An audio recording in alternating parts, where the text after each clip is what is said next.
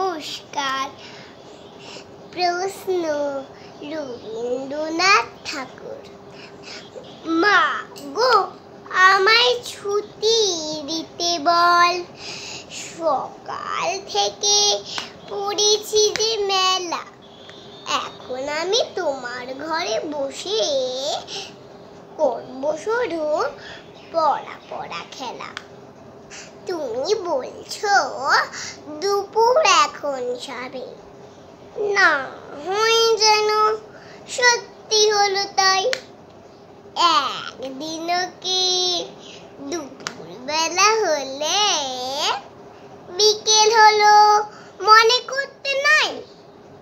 আমি তো বেশ ভাবতে পারি মনি, সূর্যি ডুবে গেছে মাটির শীষে।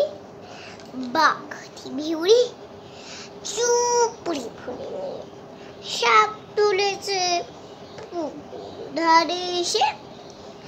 আধার হলো মাদার গাছের তলা, কালি হয়ে এলো দিঘি জল। হাতের থেকে সবাই এলো ফিরে, মাঠের থেকে এলো চাষির দল। মনে কর না উঠল সাজের তারা, মনে কর না সন্ধে হলো যেন রাতের বেলা। দুপুর যদি হয় দুপুর বেলা রাত হবে না কেন? নমস্কার।